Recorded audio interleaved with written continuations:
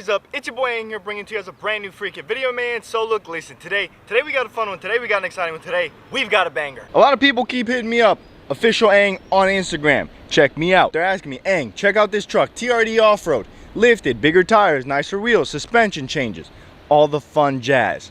And they ask me, is it worth to buy? No. The answer is no. Unless, give me a second, unless they pass these 5 points. If they have one of these 5, run away.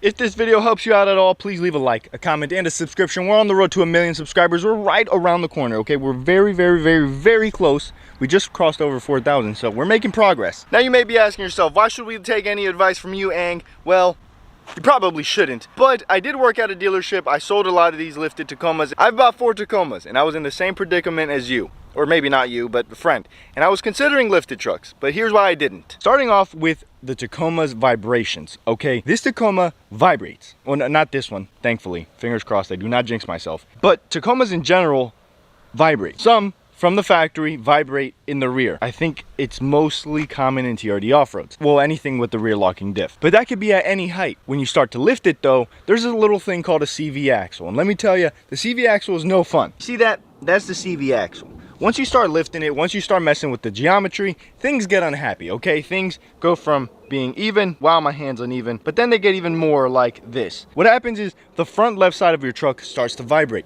And a lot of people don't know what's going on. They're like, my truck's vibrating. After I lifted it, let me sell it. When I was selling trucks, this guy came in, he test drove it, and he was like, look, your truck is vibrating on the left side. I'm not gonna buy it. I was like, bro, listen, come on, kid, look, we're Toyota. We would never sell you something this way. It was a pre-owned 2017 Toyota Tacoma TRD Off-Road. It was lifted on 35s, and it was vibrating from the left side. There's a little bearing in there. It's a needle bearing. If you lift your truck too much and mess with the geometry, it starts to break. Some people say it does, some people say it doesn't. I personally had the issue on my quicksand. Swap out the needle bearing for East Coast Gear Supply bushing, and you call it a day. But some people don't know.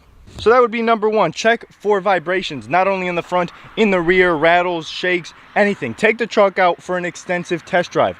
Get on the highway. Because if you don't know, lifted trucks apparently are extremely hard to get an alignment on. That will be in my next video because even I am struggling with an alignment. The tires are a dead giveaway. If you pull up to a Toyota dealership and you're walking around this truck and you're absolutely amazed, you love it, you think it's so beautiful, take a look at the tires before you start signing anything. My tires are in decent shape. As you guys can see right here, it's a little bit chipped up.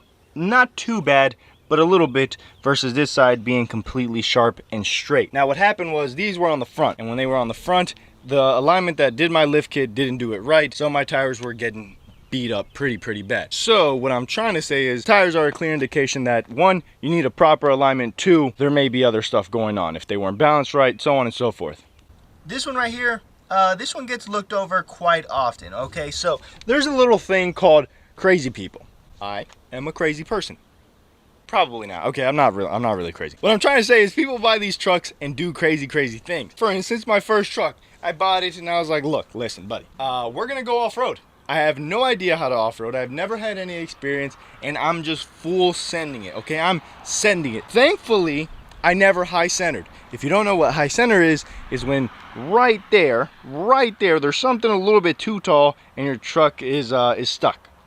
Now that's fine. If you have rock sliders, you're a-okay, but most people like me, we're unprepared. We don't know what we're doing, so we just take our truck that says it's 4x4 and we try to conquer Mount Everest.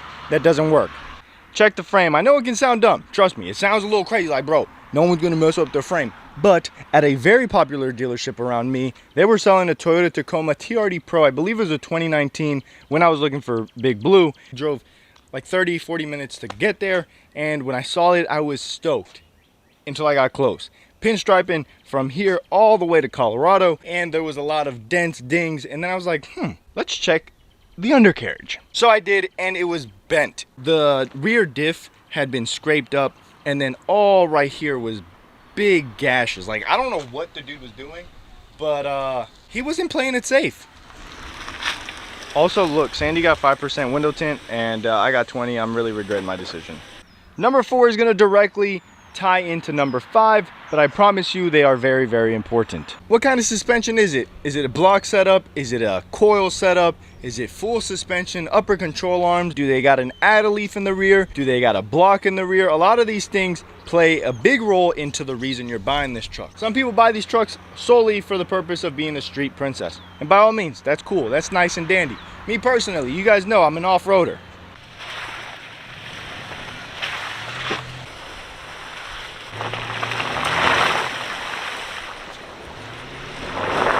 I'm kidding, obviously. I use that term very loosely, okay? I put off-roady suspension on my truck. I don't really do off-road, but I do a little. So I go for a little suspension upgrade. Now, if I was running blocks, I'd always be paranoid that I'm gonna break something, snap something, because that's what you hear online. Don't use this or you're gonna snap it. Don't do this or you're gonna snap it. So if the truck that you're looking at and you're interested in, and you have a sole purpose of it being an off-roady truck, and it has like a 3-inch puck in the front, you probably don't want to do that. Look for shocks, look for nice coils, upper control arms, add-a-leafs. Those are the ones we want to consider. But if you're straight street princess, make sure that the first 3 are nice and that the suspension looks decent with good mileage, then you're a-okay. I know a lot of time when you're in the car buying scene, you're eager to just get behind a wheel and call it yours.